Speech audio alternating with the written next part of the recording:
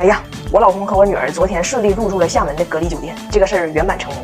我昨天还说呢，我说我这个段子的源泉呢，终于漂洋过海回来了。只要他隔离一出来，我的素材就出来了。结果人还没从隔离出来呢，素材都往出崩。就跟他一趟航班回来的呢，还有个外国人跟他重名。外国人吧，本来重名就多，再加上我老公这名起的也是波澜不惊的，相当于外国名中的王涛吧。但是跟他重名这个王涛呢，人是个狠人。人在大使馆工作，属于仕途王涛。好巧不巧，到了酒店办理入住的时候，人家工作人员就把他弄混了，把我老公当成了那个大使馆王涛，上来就非常客气的说：“您好，先生，大使馆那边已经来过电话了，欢迎您来到中国厦门。”你说，但凡思维正常一点的人都能发现这个事儿有一定的异常，但是我老公因为极度亢奋，他产生了一定的幻觉。他的第一反应是：我回国这个事儿意义这么重大吗？就是大使馆都知道了。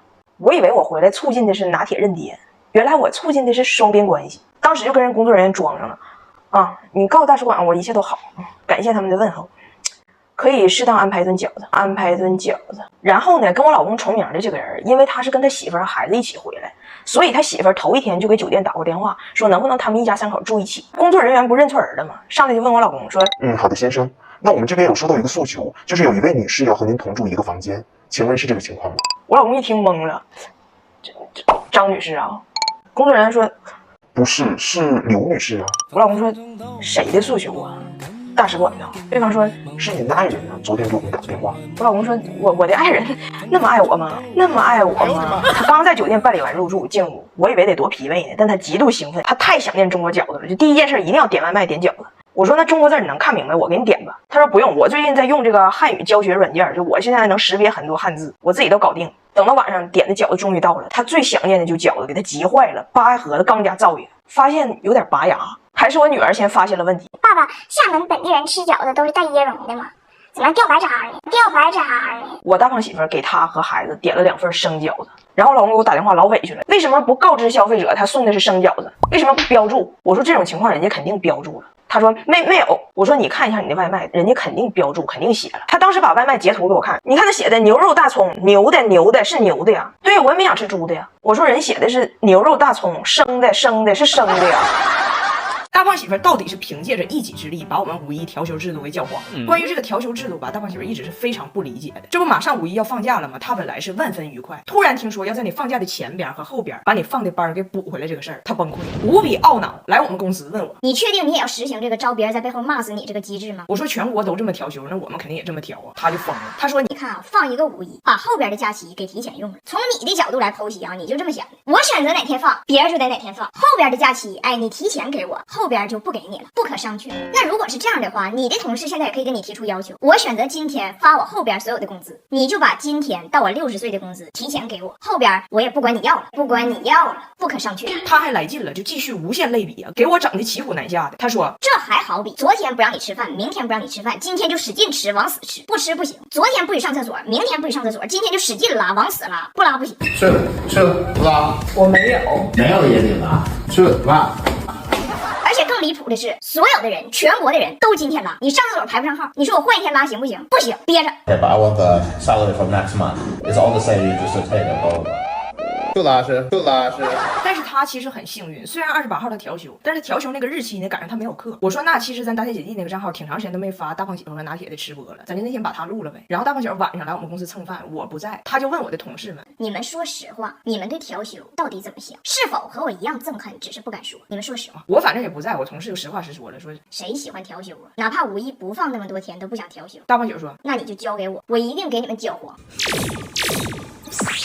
第2天他的确把调休给搅黄了，但是因为张大铁告状也到底是露馅了，最终我在家跟他斗智斗勇，同事们得以轻松放假。我还送了他们1人1瓶理肤泉光电霜，这抗老面霜是我最近独宠，加班皮肤状态差，上妆还卡纹，用完紧致饱满多了，雪绒质地，乳化透明，肤感好，光速新生科技的有效抗老，还得看它咋搅黄的呢？第2天早上他跟我说他有病了，哎呀，胃难受，肚子疼，肠胃炎，不能起床，更不能吃播了。我当时我是稍微有点不太相信，因为我认识大胖媳妇这么多年，他得了任何病也从来没拒绝过吃，我好几次推门而入，想抓他个没有病的现行，但是好像他真有病，就搁那躺着，直到张大铁告完状我再进去。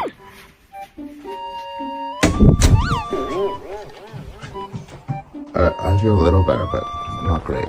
什么声？我的肚子不舒服。哎，你嘎叽窝冒气呢？这面我不知道，我问拿铁，他玩了。我也不知道，什么人在冒气呀？怎么个事儿？俺家的风琴上火了。妈，那你有没有把火给灭呢？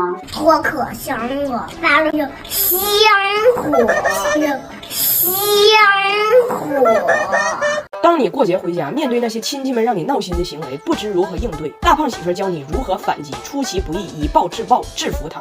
就像大多数东北家人一样，我们家的饭局从回忆苦难到畅想未来，一样的故事，一样的嗑，至少3个小时。大胖媳妇尤其是听不懂啊，老睡着。他问我一般到什么情况算喝好啊？我说一般来讲3箱啤酒吧。于是。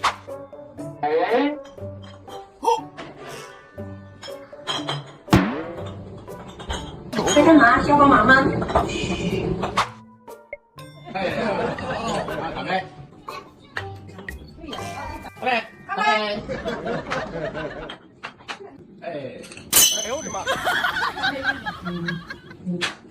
志明，拿它干嘛呀？啥车真用，啥车真用。过节回家看老人，你拿点啥他都说你浪费钱。于是，你好，你好。不要，太费钱了。哎呀，你好，不要，这太费钱了。哎呀，你好，我电视买的。不要，这太费钱了。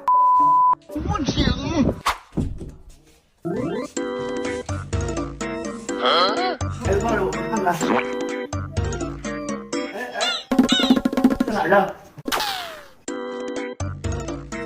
孩子呢？不要，还费钱。为什么？有没有个事？总有亲戚给出最热情的笑脸，放出最狠的问题。于是，哎呀妈，这小伙真带劲呢！一年挣多少钱呢？比我媳妇多。